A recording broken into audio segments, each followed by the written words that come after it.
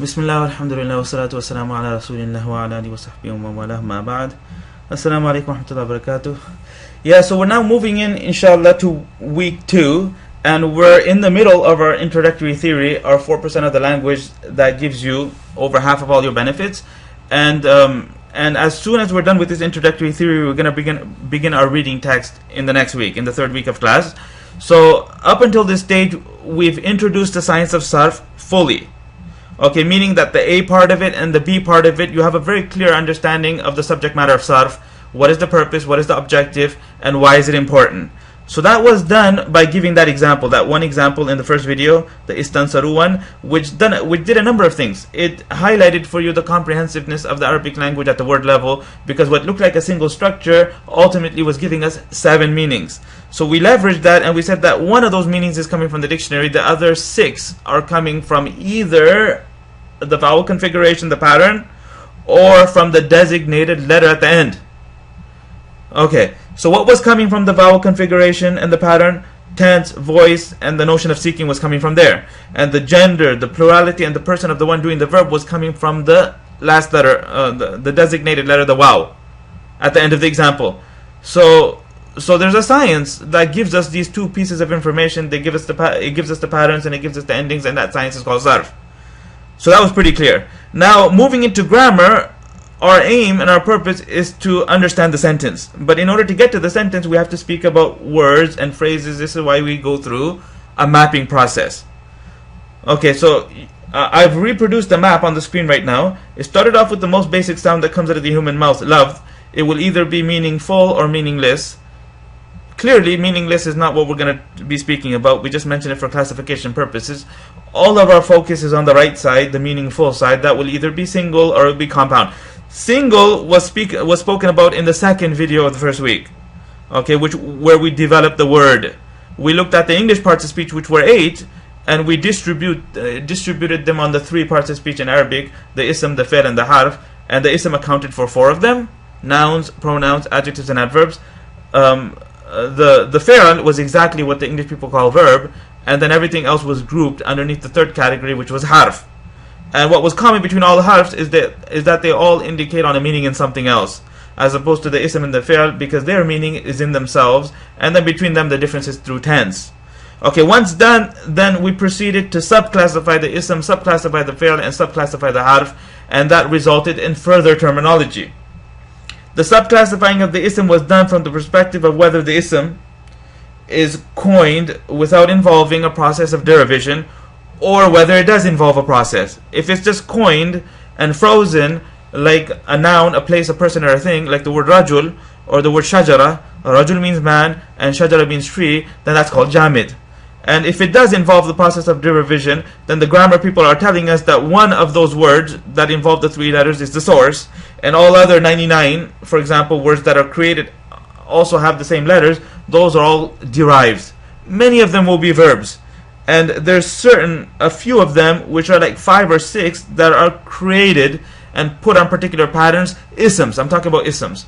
So from there we understood a couple of things. First of all, that sarf does not only talk about verbs, although it's true that 95% of the discussion in sarf is related to verbs. Okay, but certain isms also have patterns. So when you get your 3 letters and you put them and you give them the vowel configuration, which sometimes involves the addition of 1 or 2 non-base letters, then that can result in a noun, like writer or teacher. Okay, or the word masjid. You see, so there's terms like the frozen one's called jamid, the verbal noun, the source, the launching pad, that's called masdar, and that normally is translated with ing, like hitting and helping and sitting and standing. And then the words that are created from the masdar, the verbs from among them, and also the isms from among them, they're called mushtaq. Jamid, masdar, and mushtaq. Next, we spoke about the verb, and within the verb, we had 3 primary types of verbs: the perfect, the imperfect, and the command. The perfect was fully developed in week 1. Okay, and what I mean by fully developed is that the table layout was given to you, the conjugation table of 14, and then the model pattern was given, the endings were given. Take the model, connect the endings, and you have the table. So fa'ala, fa'ala, fa'alu, that was introduced to you in week 1. The next verb, the mudari, will be spoken about in week 3. Okay, and this is, I'd like to tell you in advance that we're not going to do the mudari verb in week 2, but instead we're going to do it in week 3. Okay, but we do have a sarf session. The third video of week 2 will be a sarf session, but instead of moving to the mudari, what we'll do is we'll spend more time with the madi, and we'll give you some variations of the madi, which will give you some extra information, and will also stall the introduction of the new verb because we don't want to introduce it too early. And it will also ensure and guarantee that you really know the past tense verb very well before moving to the next one. Okay, so that's sarf. Getting back to grammar, okay, and then, yeah, we did the same with the harf. We classified the harf into the governing agent and the non-governing agent, which gave us our first excuse to speak about grammatical states. So we, very briefly, in about 10 minutes, I gave you the human emotions and the facial expressions analogy, and we're going to revisit that again, inshallah. By the time we're done with our introductory theory. So there's a lot to be given still in week 3. Okay, so while watching these videos, the first week, the second week, and also the third week, I would again encourage you to read the report and watch the training videos that accompanied the report, because a lot of the approach and the methodology and the reasons for why we do what we do was explained in the report. So I'm not going to repeat a lot of that here, but instead we're just going to move through the topics one by one. Okay, so the kalima, the word, we're going to consider it 80-90% developed and complete. The only aspect of it that still needs to be talked about is the development of the mudari, and that was my point in giving you all of that 5 minutes. Okay, so the mudari verb does need to be talked about, and we're not going to do it in week 2, but instead we're going to do it in the third week of class. Okay, now moving forward, we have the phrase to speak about, we have the sentence to speak about. So this current video is devoted to the phrase, and the next one, which is the second video of week 2, will speak about the sentence, and then we can give our variations of the past tense verb video. So we have 3 more videos in week 2, and then that would conclude the second week. Okay, so let's focus all of our attention now on the phrase. So you have these words, you have these isms, and these verbs, and these harf, and you combine them together. So when you combine the isms, the fi'l, and the harf together, then that would either result in a complete benefit, upon which silence is appropriate, or it would not result in that, but it would result in something less than that. So if it's the complete benefit upon which silence is appropriate, then that's sentence, and that's on the left side. Okay, and we'll speak about that in the second video. And if it's less than that, then it's a phrase. Okay, so there is always some relationship, there is always some association, because we're not talking about a grocery list. We're not talking about taking random words and lining them up together, but instead we're speaking about specifically the methods of connecting words together that are sanctioned by the language.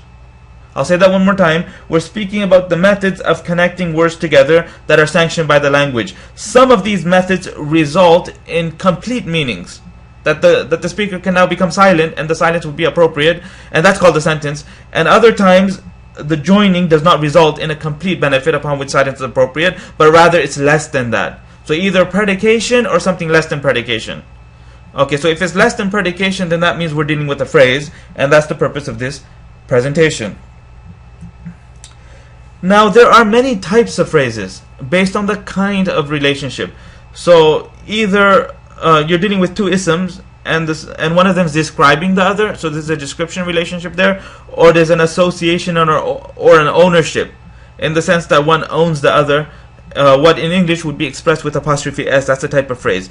Or it could be like the first word is paving the way for the second one's more important, like his father Yaqub, where Yaqub is the word that was the main purpose, and his father is sort of giving an advanced clarification of it, paving the way for it. So that's a type of phrase. And then you can use conjunctions to create phrases, like instead of just Zaid, you say Zaid and Amr came.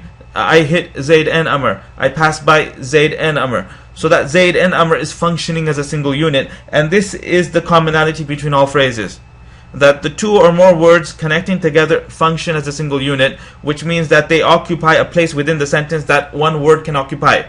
So instead of Zaid came, we have Zaid and Amr came. Instead of Yaqub came, we have his father Yaqub came. Instead of the boy came, we have the tall boy came. Okay? Or like many examples can be given, and we'll give you more examples as we move through with this presentation, inshallah. And don't worry too much about the examples, because as soon as the book begins, every word, every phrase, and every sentence within the book will become an example of everything we're teaching you. So all of the theory will come to life as soon as the third week of class. Okay. So this is the main point, that when the two or more words connect together to create the phrase, then ultimately all of those words together will function as a single unit. And you're going to see a very clear example of this by the end of this video, inshallah. Okay, now if you remember, in the first week, in the first video, the istansaru example that was presented was done in order to highlight the comprehensiveness of the Arabic language at the word level, that what looked like a single word ended up giving us 7 meanings. So similarly, when words are connected together to create phrases, we have more than what we started off with. Okay, so like if I have the word boy and the word tall and I connect them together in a phrase, then we will have the individual meaning of the word boy and the individual meaning of the word tall, and beyond that we'll have the internal description that the adjective is associated to the noun. Okay, so waladun tawilun. Now it's not tawil walad, it's waladun tawilun, and it's not al walad tawil either, it's waladun tawilun. It's very specific in the sense that both the word walad and the word tawil are matching, and we're going to speak about the angles of correspondence in a few slides from now, inshallah. But for now, just look at the two words, and they are matching in all possible ways. That they're both singular, they're both masculine, and they both do not have al at the beginning of it, but instead both of them end in a double dhamma. So waladun with the n sound and tawilun with the n sound. Okay, so when you do it in this way, the translation becomes tall boy. Tall boy. So there's a meaning coming from the word boy, and there's another meaning coming from the word tawil. There's a meaning coming from walad, and another meaning coming from the word tawil. And by lining them up in this particular way, we're getting a third meaning that wasn't there originally, and that's the description aspect of it. So you can consider that a non-word meaning. So remember, within our first 3 weeks, our main goal is to teach you the non-word meanings, the mechanisms the mechanisms that give us these the meanings that are not coming from the vocabulary, above and beyond the vocabulary. Okay, so some of it's coming from the patterns and the endings, and some of it's coming from the structure. So this is an example of a meaning that comes from the structure, the description. The word walad and the word tawil individually do not contain the meaning of description. It's when you line them up together, in that way you get the third meaning of description, and the translation is tall boy. Okay, so from the dozen plus types of phrases in the language, throughout this presentation we're going to speak about the one on the screen right now, which we call the descriptive phrase, or the mawsuf sifa phrase. And then the other one, which is the possessive one, and that's called the mudaf ilayh phrase. So pretty much there's 4 terms that you're going to get from this presentation. The first is mawsuf, and the second word is sifa. And let's go ahead and develop the mawsuf and the sifa. The mawsuf is the ism at the front that is being described, and it is a noun, it is an entity. And the sifa is another ism, which is the adjective. And remember that the Arab grammarians have taken the noun, the adjective, the noun, the pronoun, adjective, and adverb, and grouped them together under ism. So essentially it's 2 isms we're dealing with. 2 isms. So you line them up together, 2 isms. The ism that's at the front is called mawsuf, that's the technical term for it. And the other ism is called sifa, and that's the adjective. And the second describes the first. Opposite of what we would expect in English, because in English we say tall boy, but here we're going to say waladun tawilun with the boy word first and the tall word second. Second ism describes the first. And that's the first important thing you need to know about this type of phrase. Okay, the fact that it's opposite of the order in English. Okay, so here's 2 examples for you to begin with. We have the tall boy example, and it's a tall boy. It's not a particular tall boy, it's a tall boy. And then the example underneath that is the intelligent girl, where both the word girl and the word intelligent are feminine. Okay, and not only that, but they both have the al at the front of them. So the translation will be the intelligent girl. So apart from knowing that the order is inverted, okay, that the noun that's being described is at the front and the adjective that does the description is delayed, the next important piece of information you need to know is that the 2 will correspond in 4 aspects. And that's it. Once we know these 4 aspects, we're done with this type of phrase. We can move on to the next one. First of all, is the order. Okay, that was discussed on the previous slide. Other than that, they will correspond in 4 aspects. Number 1, the gender needs to be the same. Okay, now the noun's gender is determined by whether it's like a man or a boy as opposed to a girl or a female. So that's like, you don't need any sign for that. Like bint, al-bint has a long ta at the end of it, so I wouldn't consider that a sign of femininity, because a sign of femininity is the round ta. Okay, but bint is clearly feminine in the sense that it's a girl. It refers to a girl. Adjectives, here's something that's important, that adjectives in English do not have gender. So like if I'm speaking about a boy that's tall or a girl that's tall, I use the same word. I say tall, but in Arabic, you would actually have to add a round ta at the end of the adjective in order to correspond it to the noun if you're dealing with a feminine noun. So if you look at the 2 examples on the screen, al-waladu tawilu, both the word al-walad and the word at-tawil are masculine. Whereas in al-bintu rashidatu, both the word bint and the word ar-rashidatu are feminine. The translation for the first example is the tall boy, and the translation for the second example is the intelligent girl. So gender is the first of the 4 aspects in which the 2 need to correspond. The second is plurality. Okay, now this gets into the grammar topic about how to create duals and how to create plurals. So that's an entire topic that's given to you at a more appropriate time. But for now, all you need to understand is that if the ism at the front is dual, meaning that it has the special ending that duals have, then that ending would need to be attached to the end of the adjective also. So not only al-waladani, but al-waladani tawilani, the 2 tall boys. Ar-rijalul muslimuna, the Muslim men. So ar-rijal is the plural of the word rajul. Rajul means one man, and rijal means men. So similarly, you'd have to take the word Muslim and turn that into plural, and the method of making plural might not be the same. So they don't have to rhyme. Okay, that's not what we're saying that they'll rhyme, but they'll both have the same value. They'll both be plural. So what would be incorrect is ar-rijalul muslim. That would be incorrect. You have to say ar-rijalul muslimuna. And then there's more that could be said, but I think that's sufficient for now. And let's continue with the third aspect in which the 2 need to correspond. And the third aspect will be definite, indefinite value. So a tall boy as opposed to the tall boy. So if it's a tall boy, then both isms need to be empty of the al at the front. So waladun tawilun. And if it's the tall boy, then both isms would have the al. Al-waladu tawilu, the tall boy. And that's an aspect in which the 2 must correspond. If one of them has it, the other one doesn't have it, then that would not be mawsuf and sifa. That would become another type of structure. It might become an invalid structure, or it might become something that's valid but has a different meaning altogether. It might become a sentence. It might become the boy is tall, which we don't know at this stage right now because we haven't introduced sentences. So let's continue. Definite, indefinite value needs to be the same. The fourth aspect in which the 2 will correspond is that their state would be the same. So if you look at the example on the screen, fil bayt al-muslim, al-bayt means house. The translation of the structure is in the dark house. So fi is inducing the kasra at the end of the word al-bayt. It's a governing agent, and al-bayt would be in the state of jar. Okay, if they were to ask you the question, what state is the word al-bayt, and you would say jar. But not only is al-bayt in jar, but al-muslim is also in jar. So this is an example of an extension where the governing agent fi is influencing both isms that are following it. The first ism is being influenced directly, and al-muslim is being influenced because it needs to match. So the fourth aspect in which the 2, the mawsuf and the sifa, need to match is grammatical state. If one of them is in jar, then the other one will also be in jar. If one of them is in rafa, then the other one will also be in rafa. Which for our purposes right now, it means that the 2 will have the same ending. So al-bayti ends in a kasra, al-muslimi also ends in a kasra. And this concludes the rulings on the mawsuf and the sifa. Okay, now the next type of phrase, which is also an example of getting more than what we started off with. Okay, so the word kitab means book. When you combine it to Zayd, and you do it in this particular way.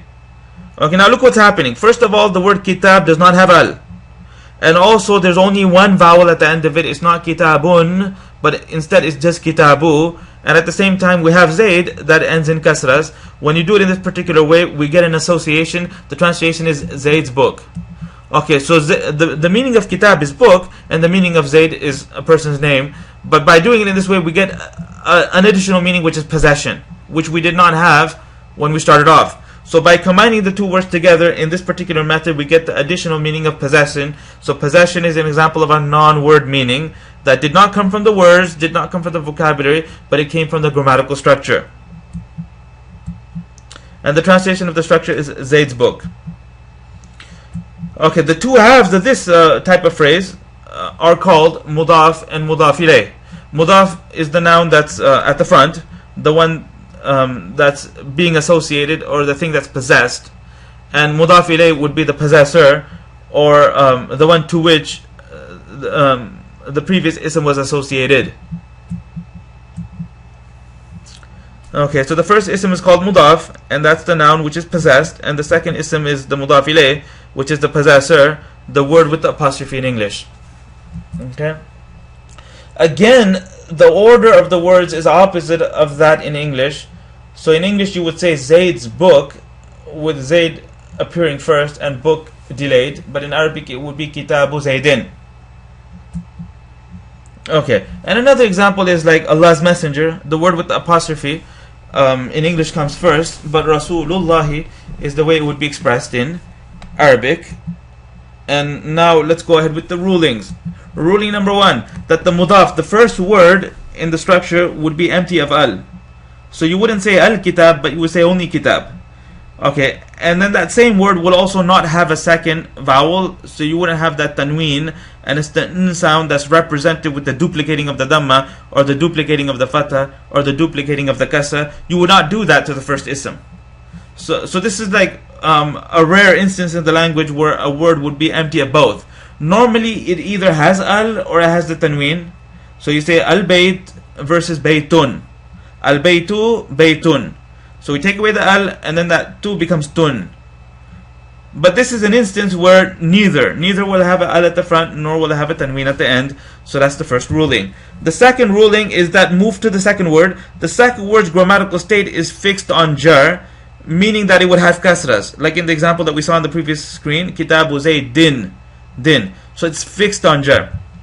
The grammatical state of the mudaf is subject to the governing agent. Now this is important, and I'm going to give you a slide to really highlight it for you so you understand exactly what's being said here. But try to understand it abstract, and then when you see it, then inshallah that will fill the gap in the understanding. So if I have Zayd's book, the example would be Kitabu Zaydin. Now what's being said here is that Kitabu can change to Kitaba or Kitabi, but Zayd would not change. Zayd's grammatical state is fixed, and in all three examples it will be Zaydin, Zaydin, Zaydin. So if Zayd's book is doing something, you would say Kitabu Zaydin. If something is happening to Zayd's book, you would say Kitaba Zaydin. And if there's a preposition at the front, or if it's part of a possessive structure or something, then that could become Kitabi Zaydin. So Kitabu, Kitaba, Kitabi. So subject to the governing agent means it depends. So there's no fixed ending for the word kitab, but there is the fixed ending for Zayd. Okay. So look at the three examples here. Okay. We have Zayd's house here. Saqata baytu Zaydin. Zayd's house fell down. Zayd's house fell down, and that's an example of the house occurring as a subject. So that's a rafa. Remember the he, him, his that was given in week 1. So the word bayt is the word that's influenced by saqata. So saqata baytu Zaydin. And in the second example, I entered Zayd's house. So here the word house is the object of the entry. So it's going to have a different last letter than I had in the previous example. So bayta Zaydin. And in the third example, we have door of Zayd's house. Door of Zayd's house. So Zayd possesses a house, and the house possesses a door.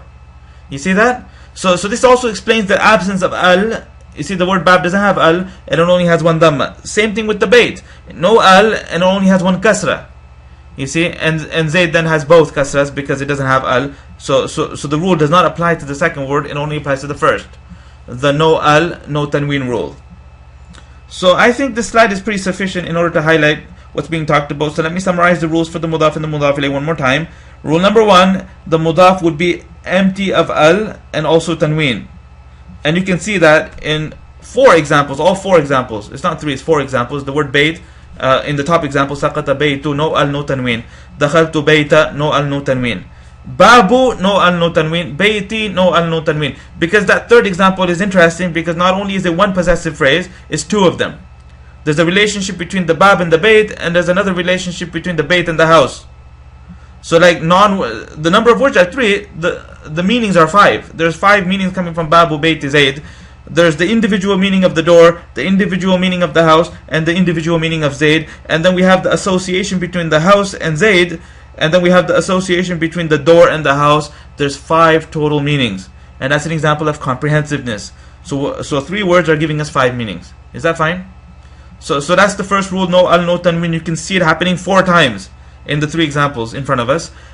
Okay, rule number 2, the grammatical state of the mudaf ilayh is fixed on jar. So in all 3 examples, Zaydin, Zaydin, Zaydin, regardless of how the phrase is ultimately being used, the impact is not on Zayd. Zayd is Zaydin in all 3 examples. What changes would be the bayt word. In the first example we have baytu, in the second example we have bayta, and in the third example we have bayti. And that's because the grammatical state of the mudaf is subject to the governing agent, means that it depends on how the structure is how the phrase is used in the overall sentence.